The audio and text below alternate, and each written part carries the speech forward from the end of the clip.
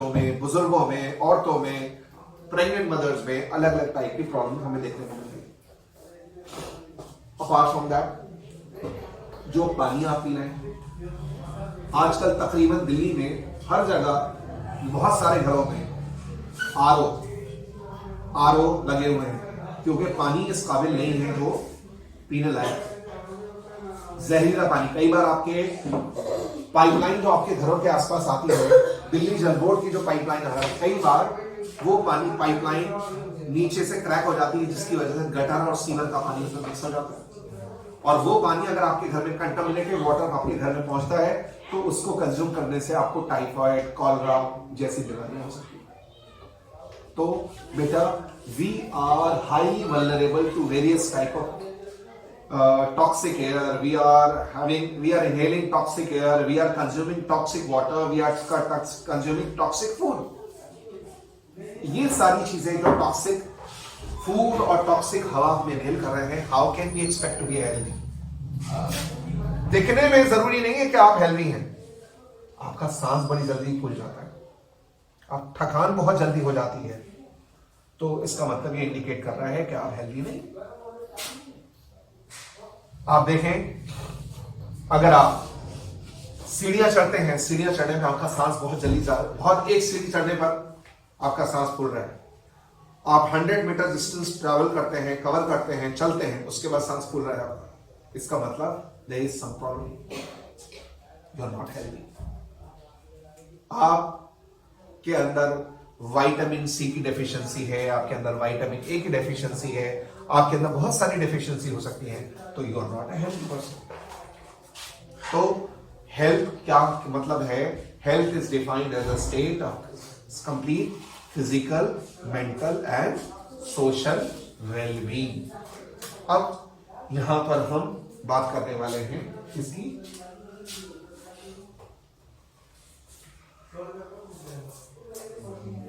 Diseases. Disease दो word से मिलकर, ईज का मतलब है comfort, disease a state of discomfort, जिसमें आपकी बॉडी में जो फंक्शंस हो रहे हैं, आपको वो परफॉर्म करने में आपको तकलीफ हो रही है, तो हम कहेंगे you are in a state of disease. इधर देखो, आपके फादर हैं, आपकी मदर है, उनको चलने में दिक्कत है, उनको तकलीफ हो रही है। एक चीज सुनी होगी आपने, यूरिक एसिड। आपके फादर, आपकी मदर, घर में दादा दादी हैं, घर में कोई बड़े कोई पर्सन है, उनको यूरिक एसिड बढ़ा हुआ है, यूरिक एसिड बढ़ने की वजह से उनको चलने में दुश्वारी है, तकलीफ हो रही है, तो हम कहेंगे उनको जॉइंट्स की डिसीज है, कंफर्ट, डिस्कंफर्ट। आपके घर में, आपको घर में कोई ऐसे पर्सन है जिनको आए दिन, इधर देखो, यहां पर दर्द होता है, एक नाम सुना होगा, किडनी स्टोन्स, तो इसका मतलब ये एक डिसीज है, एक आप डिस्कंफर्ट में। एक आप सुनते होंगे, कोई पेशेंट है, कोई पर्सन है जिनको हाइपर टेंशन की परेशानी है। हाइपर टेंशन मतलब, इधर देखें, आपका जो हार्ट है जब ब्लड पंप करता है ना, तो इसके दो टाइप के प्रेशर होते हैं। एक होता है सिस्टोलिक प्रेशर, जब हार्ट कॉन्ट्रैक्ट होता है तो उसको कहते हैं सिस्टोलिक प्रेशर, जब आपका हार्ट रिलैक्स होता है इसको कहते हैं डायस्टोलिक प्रेशर। ये सिस्टोल होता है, ये डायस्टोल होता है, सिस्टोल एंड डायस्टोल। जब हार्ट कॉन्ट्रैक्ट करता है, अंदर का प्रेशर कहलाता है सिस्टोलिक प्रेशर, जब आपका हार्ट रिलैक्स होता है तो उसको कहते हैं डायस्टोलिक प्रेशर। तो आपका मेरा जो ब्लड प्रेशर होता है नॉर्मल, वो 120/80 होता है। आप किसी से अपना ब्लड प्रेशर मेजर कराएंगे तो डॉक्टर आपको दो वैल्यूज बताएंगे, तो हमारा एवरेज होता है 120/80 mmHg। 120/80 ये क्या है? ब्लड प्रेशर, बीपी हमारा और आपका इतना होता है। अगर मान लीजिए बच्चों, अगर किसी इंसान का ये 120 वाली वैल्यू 125 और 85 हो जाए, ये बढ़कर 120, 125 और 80, 85 हो जाए, तो ये भी नॉर्मल है, ये भी नॉर्मल है। लेकिन इधर देखें, 125, 124, 118 नॉर्मल है, लेकिन अगर ये वैल्यू 120 वाली वैल्यू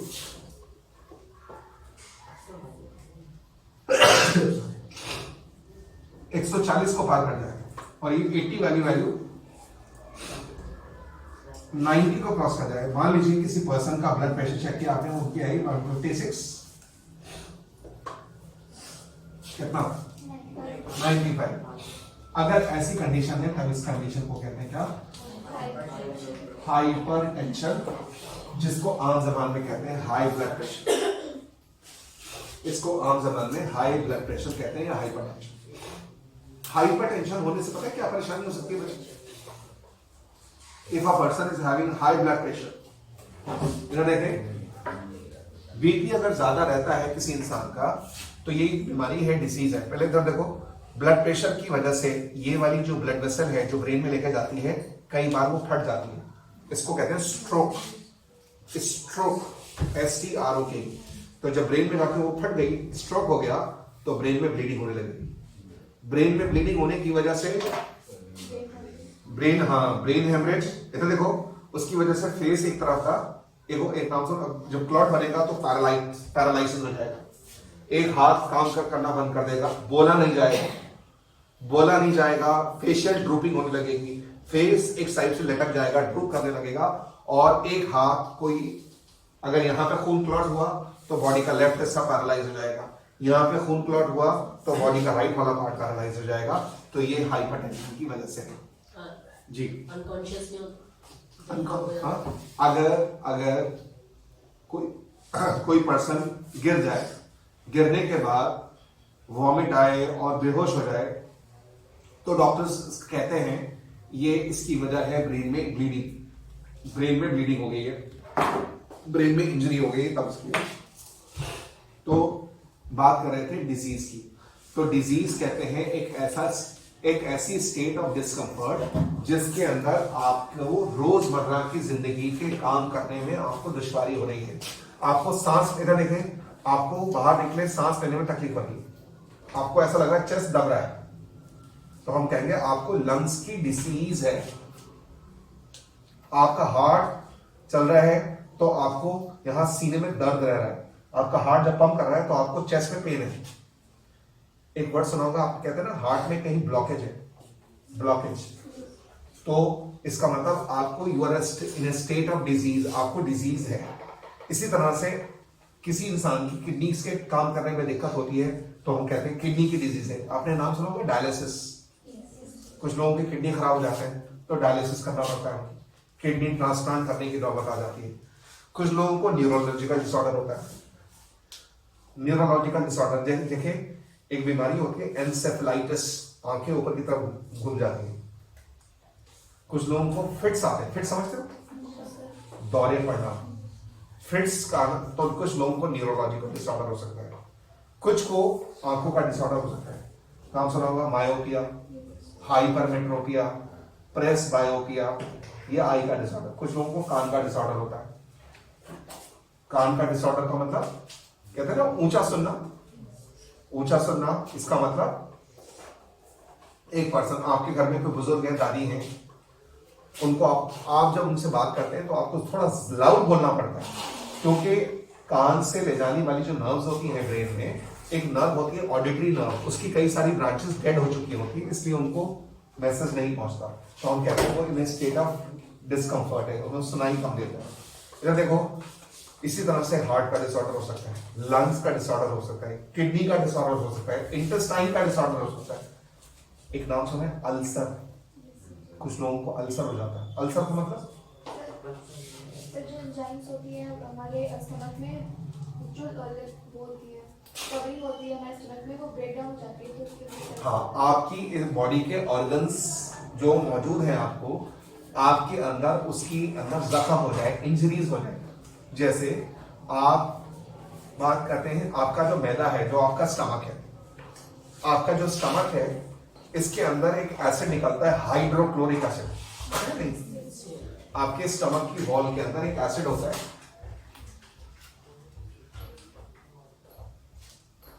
म्यूकस। देखें, स्टमक की वॉल से एक जूस, गैस्ट्रिक जूस निकलता है, इसमें एक एसिड भी होता है, कौन सा? Hydrochloric acid. इस HCl का काम है, जो खाने के साथ जो जरासीम, जो माइक्रो ऑर्गेनिज्म अंदर आते हैं ना, उनको ये HCl किल करेगा। HCl का काम होता है उस माइक्रो ऑर्गेनिज्म जो खाने के साथ आते हैं उसको किल करना। ये बहुत ही खतरनाक, बहुत ही कॉरोसिव एसिड होता है, हम सबके स्टमक में मौजूद है। इधर देखें तो जाहिर है कि स्टमक से निकलने वाला एसिड बड़ा स्ट्रॉन्ग है, तो आपकी अपनी स्टमक की वॉल को भी तो डैमेज कर सकता है। इसलिए स्टमक की वॉल के ऊपर एक प्रोटेक्टिव कवरिंग होती है,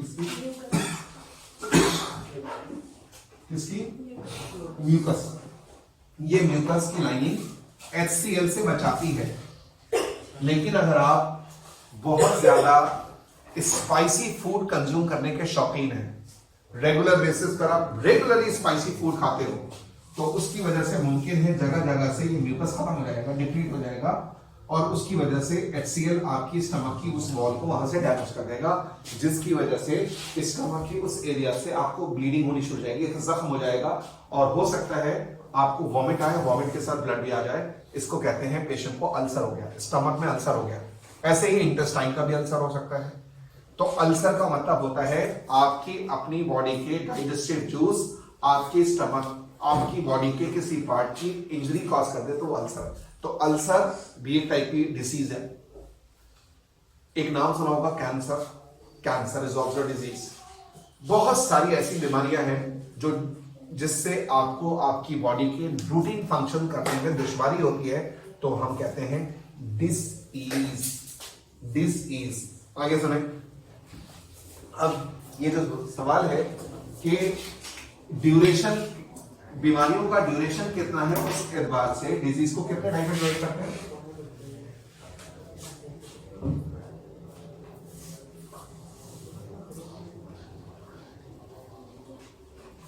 कौन सी देखो,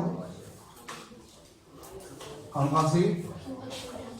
एक्यूट एंड क्रॉनिक। जो बीमारियां, जो डिजीजेस किसी पर्सन की बॉडी में शॉर्ट इंटरवल ऑफ टाइम के लिए होती हैं और उसको आसानी से कम वक्त में ठीक हो जाती हैं, उसको कहते हैं एक्यूट डिजीज। और वो बीमारियां जो लंबे ड्यूरेशन तक बॉडी में रहती हैं उसको कहते हैं क्रॉनिक। फॉर एग्जाम्पल इधर देखो, आपको जुकाम हो गया, आपको कोल्ड हो जाता है, कोल्ड, जुकाम। जो जुकाम की प्रॉब्लम है वो कौन सी टाइप की डिजीज है? एक्यूट। ठीक है। अगर मैं कहूं किसी इंसान को लंग्स की टीबी हो गई, लंग्स में टीबी, ट्यूबरक्लोसिस, काफी टाइम तक पेशेंट को लंग्स की टीबी है, सांस लेने में तकलीफ है, खांसी लगातार आ रही है, और उसके बाद खांसी के साथ ब्लड की ड्रॉप्स आने शुरू हो, तो इसका मतलब ये क्रॉनिक है। एक पर्सन है, तो देखें, एक पर्सन है जिसको वायरल फीवर हुआ, बुखार हुआ, तो शॉर्ट टाइम के लिए था, वो ठीक हो जाएगा। एक पर्सन को कैंसर हो गया, कैंसर कौन सी कैटेगरी में आएगा? कैंसर कई साल तक आप देखते हैं पेशेंट सफर करता है कैंसर से। Let's cancer is a chronic. एक बीमारी है, सब बच्चों को मालूम होगा, डायबिटीज। कौन सी टाइप की, कौन सी कैटेगरी में आएगा? क्रॉनिक। क्यों? आप देखेंगे खुदा न खास्ता आपके फादर को, मदर को, घर में किसी बड़े को अगर डायबिटीज हो जाती है तो यूजुअली लाइफ लॉन्ग वो बीमारी चलती है, लाइफ लॉन्ग वो डिजीज चलती है। That's called the chronic disease. अगर आपको एक नाम सुना है, ringworm?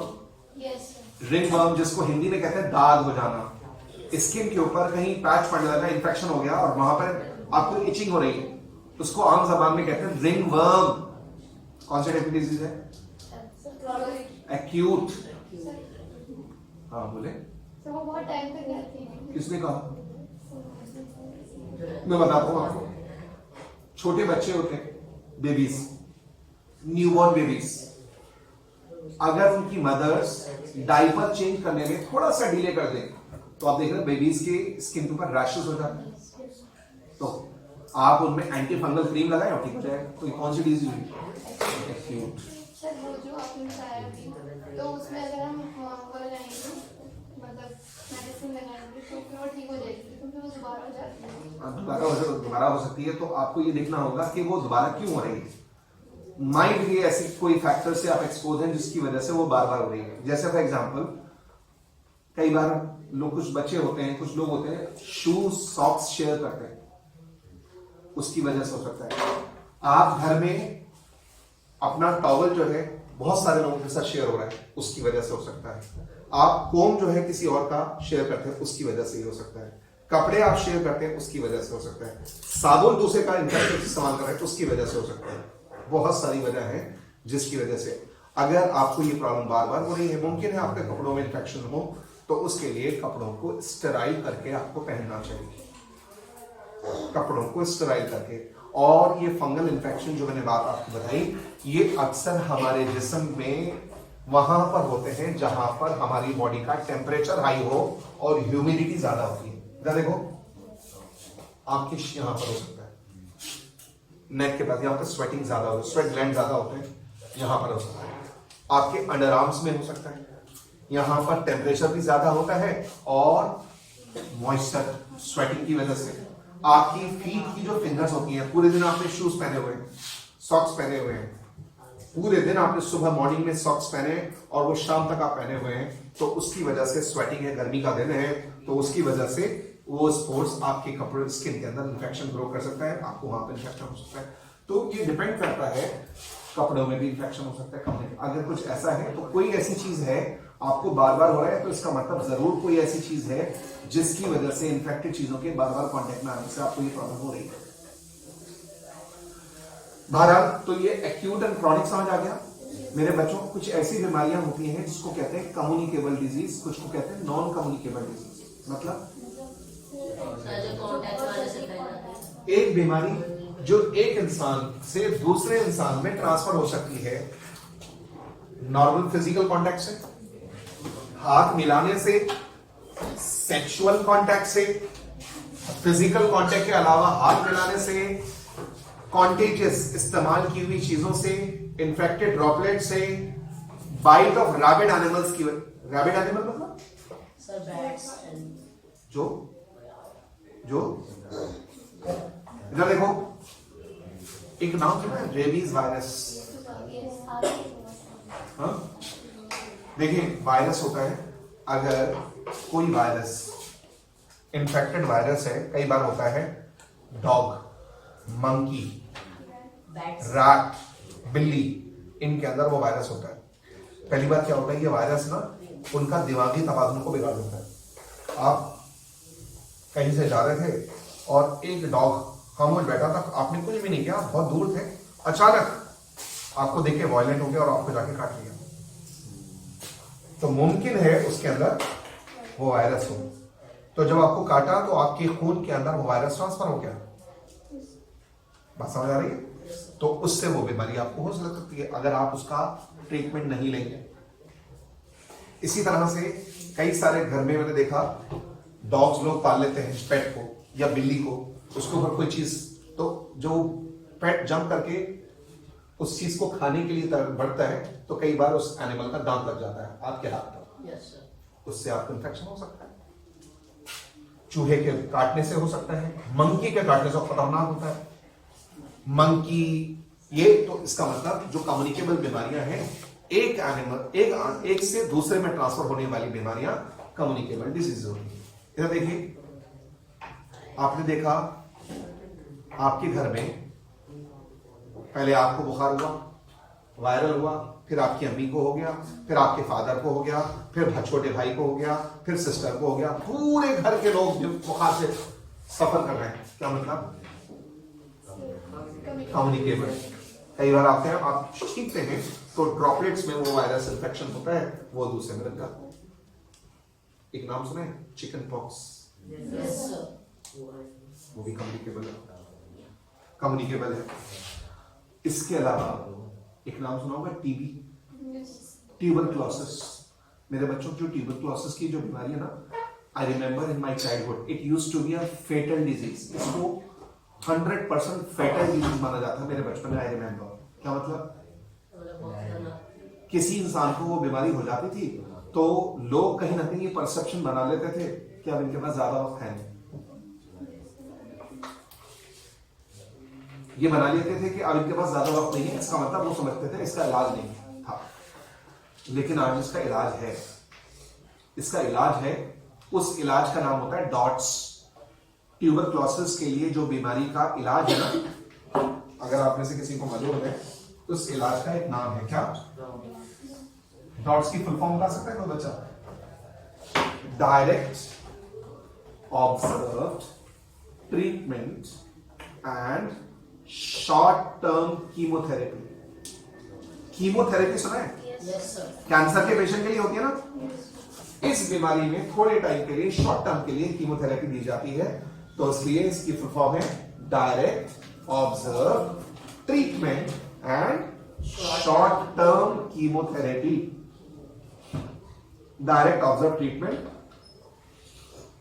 And short term chemotherapy, ये टीबी के इलाज के लिए ये इलाज है, ये इलाज है। लेकिन उसमें बस कंडीशन ही होती है कि पेशेंट का एक बार इलाज स्टार्ट हो जाए तो वो इलाज बीच में ना छोड़े, तो मुमकिन है ये बीमारी ठीक हो सकती है। लेकिन बच्चों, आई रिमेम्बर जब ये बीमारी किसी को हो जाया करती थी, हम लोग सुनते थे उस पर्सन का कमरा अलग कर दिया करते थे, बर्तन अलग, कपड़े अलग, हर चीज अलग, जैसे कि क्वारंटाइन कर देता है। Yes sir. क्यों? कम्युनिकेट कम्युनिकेबल बीमारी है, एक से दूसरे में हो सकती है। लेकिन यूजुअली आप जैसे बच्चों को ये बीमारी नहीं हो। क्यों? क्योंकि आजकल हॉस्पिटल में जब बच्चा पैदा होता है तो उस बच्चे के ना एक वैक्सीन लगा दी जाती है, BCG, पैदा होते ही BCG एक वैक्सीन है जो कि टीबी के लिए दी जाती है। तो टीबी की वैक्सीन आजकल तकरीबन हर बच्चे को, शहर में जो बच्चे जन्म ले रहे हैं उन बच्चों को हॉस्पिटल में टीबी की वैक्सीन लगा दी जाती है। एक होती है DPT, अभी वैक्सीन बताऊंगा, वैक्सीन इस चीज में वैक्सीन है क्या, वैक्सीन कहते किसे हैं, ये सारी बात आगे बताऊंगा। तो एक होती है DPT का मतलब होता है डिप्थीरिया परटूसिस टेटनस। एक बीमारी है, शायद सुना हो आपने, काली खांसी। काली खांसी हिंदी में उसको काली खांसी, गलगोटू कहते हैं। इसमें छोटे बच्चों को, जो मासूम बच्चे होते हैं, इन्फेंट्स होते हैं, उनको खांसते खांसते खांसते उनके लंग्स में से वूपिंग साउंड, अलग से टाइप की साउंड निकलने लगती है, उसको कहते हैं काली खांसी, वूपिंग कफ। ये बड़ी कॉमन थी, लेकिन आपने कम हो गई है क्योंकि इसकी वैक्सीन अवेलेबल है। एक नाम सुना होगा टेटनस है, DPT है, तो बहुत सारी ऐसी बीमारियां हैं जिसको हम कंट्रोल कर सकते हैं। तो मैं बात कर रहा था, किसी इंसान को टीबी हो जाए तो एक कैसी, अच्छा ये बताओ, टीबी क्या कम्युनिकेबल है? टीबी कम्युनिकेबल है या नहीं है? टीबी कम्युनिकेबल है। Diabetes not. AIDS is a communicable लेकिन कंडीशंस। ये बताओ बच्चों, इफ एक इंसान HIV पॉजिटिव है, उसको एड्स है, उसके खून में वायरस है, उसकी बॉडी में वायरस है, एड्स का वायरस, HIV, उस इंसान के साथ बैठकर आपने खाना शेयर कर लिया, उसका झूठा खाना खा लिया, उसका झूठा पानी पी लिया, क्या होगा? नहीं होगा। ब्लड का हाँ, यही चीज गलत फहमियां दूर करनी चाहिए हमें। इन्फेक्टेड इंसान के साथ अगर वो एड्स का पेशेंट है, कैंसर का पेशेंट है, उसके साथ खाना शेयर करने से, उसका झूठा खाना खाने से, उसका झूठा पानी से पीने से आपको इन्फेक्शन नहीं होगा। जैसा कि इस बच्ची ने भी हमें बताया, एड्स का जो इन्फेक्शन है, HIV का जो इन्फेक्शन है, HIV जो ट्रांसफर होता है ना एक इंसान से दूसरे इंसान में, एक तो होता है सेक्सुअल कांटेक्ट की वजह से, सेक्सुअल कांटेक्ट की वजह से होता है, और दूसरा है इन्फेक्टेड नीडल्स और सीरिंज के इस्तेमाल करने से। इन्फेक्टेड और नीडल्स के सीरिंज, इन्फेक्टेड नीडल कौन इस्तेमाल करता होगा बेटा? इन्फेक्टेड नीडल कौन इस्तेमाल करता है बताता हूं। जो नशा करने वाले जो लोग होते हैं, जो एडिक्ट होते हैं, देखें वो क्या करते हैं, इंजेक्शन के अंदर जो ड्रग्स है उसको फिल करके इंट्रावेन अपनी वेन में लगा लेते हैं, फिर सेम सीरीज को दूसरा शेयर करता है, फिर तीसरा शेयर, 40-50 लोग एक को शेयर करके, तो अगर एक के अंदर इंफेक्शन था वो सब में ट्रांसफर हो जाएगा। नंबर 1। नंबर 2, आप बच्चियों में भी हो सकता है। कैसे? आप नोज पियर्सिंग कराते हैं, ईयर पियर्सिंग वैसे तो आजकल लड़के भी करा रहे हैं, नोज पियर्सिंग अगर आप कराते हैं, ईयर पियर्सिंग कराते हैं, जो पियर्सिंग के लिए नीडल यूज हो रही है, अगर वो इन्फेक्टेड है, अगर वो नीडल इन्फेक्टेड है, वो पियर्सिंग करने में इस्तेमाल हुई, तो अगर वो इन्फेक्टेड है तो आपके अंदर वो वायरस ट्रांसफर हो सकता है। तो बच्चियों को चाहिए, अगर आपको ईयर पियर्सिंग करानी हो, नोज पियर्सिंग करानी हो, तो डॉक्टर से कराइए, डॉक्टर से कराइए, क्लिनिक से कराइए, हॉस्पिटल से कराइए, वो स्टेराइल नीडल। अगर चलो गली में जो लोग आते हैं पियर्सिंग करने वाले, तो कोशिश करें अगर उनसे पियर्सिंग करानी है तो नीडल अपनी दीजिए, उनकी नीडल इस्तेमाल ना करें, अपनी नीडल दीजिए। चलिए अगर आपके पास अपनी नीडल भी नहीं है, उसी की नीडल यूज करनी है, तो उस नीडल, उनकी नीडल को लेकर 2 मिनट के लिए उसको किसी प्लायर से पकड़ के गैस पर हीट करना, तब तक हीट करना जब तक वो लाल ना हो जाए, रेड ना हो जाए। वो नीडल बिल्कुल रेड हो जाए, उसके बाद उसको उठा के सेवलॉन या डेटॉल में उसको डिप कर देना, फिर वो नीडल आपके लिए सेफ है, आप यूज कर सकते हो, भले ही वो इन्फेक्टेड थी, अब सेफ है। समझ आ रही है बात? इसके अलावा हमारी नई जो नस्ल आ रही है, उसमें एक और फतूर आया है, टैटू बनवा रहे हैं लोग, कुछ यहां पे, कुछ यहां पर, कुछ यहां पर, तो कुछ लोग यहां पर टैटू बनवा रहे हैं, तो टैटू बनवा रहे हैं। टैटू बनवाने में नीडल इस्तेमाल होती है। इधर देखो, अगर वो नीडल इन्फेक्टेड है तो उससे ट्रांसफर हो सकता है। लड़कों में सैलून्स में, नाई की दुकानों से भी फैला है इन्फेक्शन। अगर शेविंग करते वक्त कोई इंसान HIV पॉजिटिव पर्सन है, उसको कट लग गया, तो वो ब्लड लगने की वजह से वो वायरस उसमें ब्लेड में आ गया। अब उसने ब्लेड को, रेजर को बंद करके रख दिया, नेक्स्ट कस्टमर पे वही ब्लेड यूज कर लिया गया, तो मुमकिन है वो वायरस उसके अंदर ट्रांसफर हो जाएगा। इसलिए बॉयज को चाहिए कि जब सैलून्स में जाएं, हेयर कट के लिए जाएं, शेविंग के लिए जाएं, तो इस बात को इंश्योर कर लिया कीजिए कि उसमें जो ब्लेड यूज किया है वो फ्रेश हो, वो इन्फेक्टेड ना हो। और दूसरा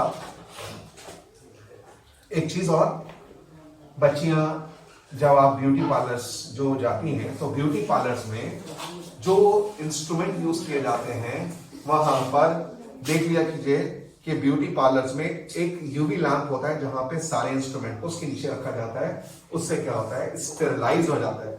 तो इसलिए कम्युनिकेबल डिजीज के बारे में मैं बात कर रहा था, वो बीमारियां, अच्छा, तो HIV का ट्रांसमिशन जो होता है, एक इन्फेक्टेड पर्सन से दूसरे पर्सन में सेक्सुअल कांटेक्ट की वजह से ही फैल सकता है। दूसरा, इन्फेक्टेड नीडल सिरिंज की वजह से भी फैल सकता है।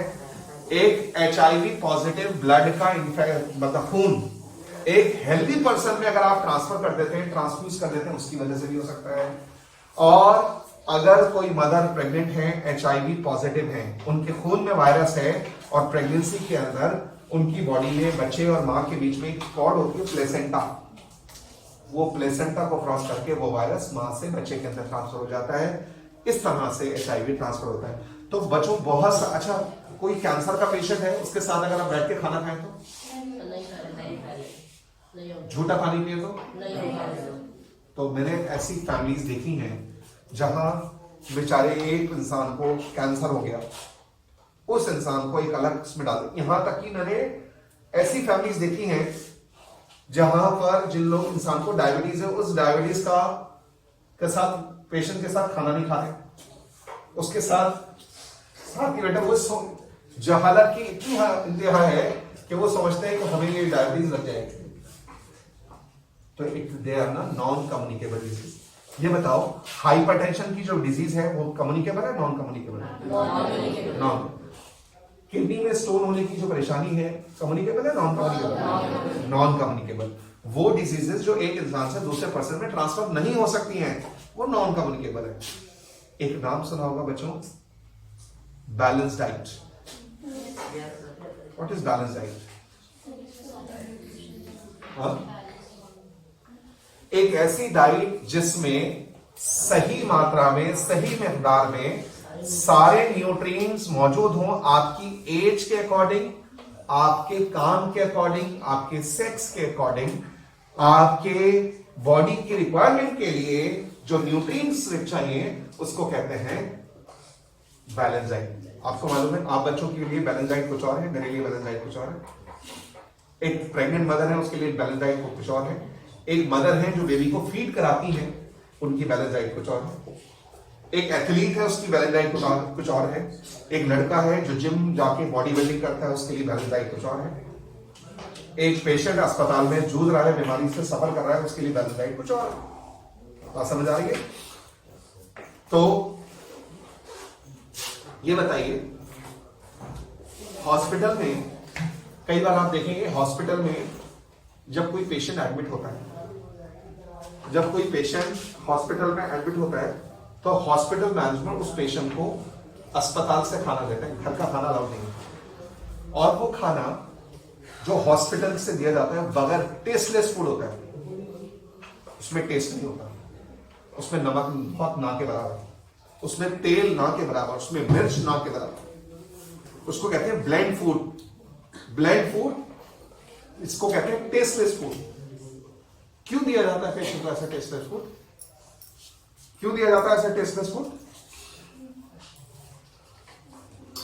क्योंकि ऐसा फूड उस बीमार मरीज के लिए डाइजेस्ट करना आसान है.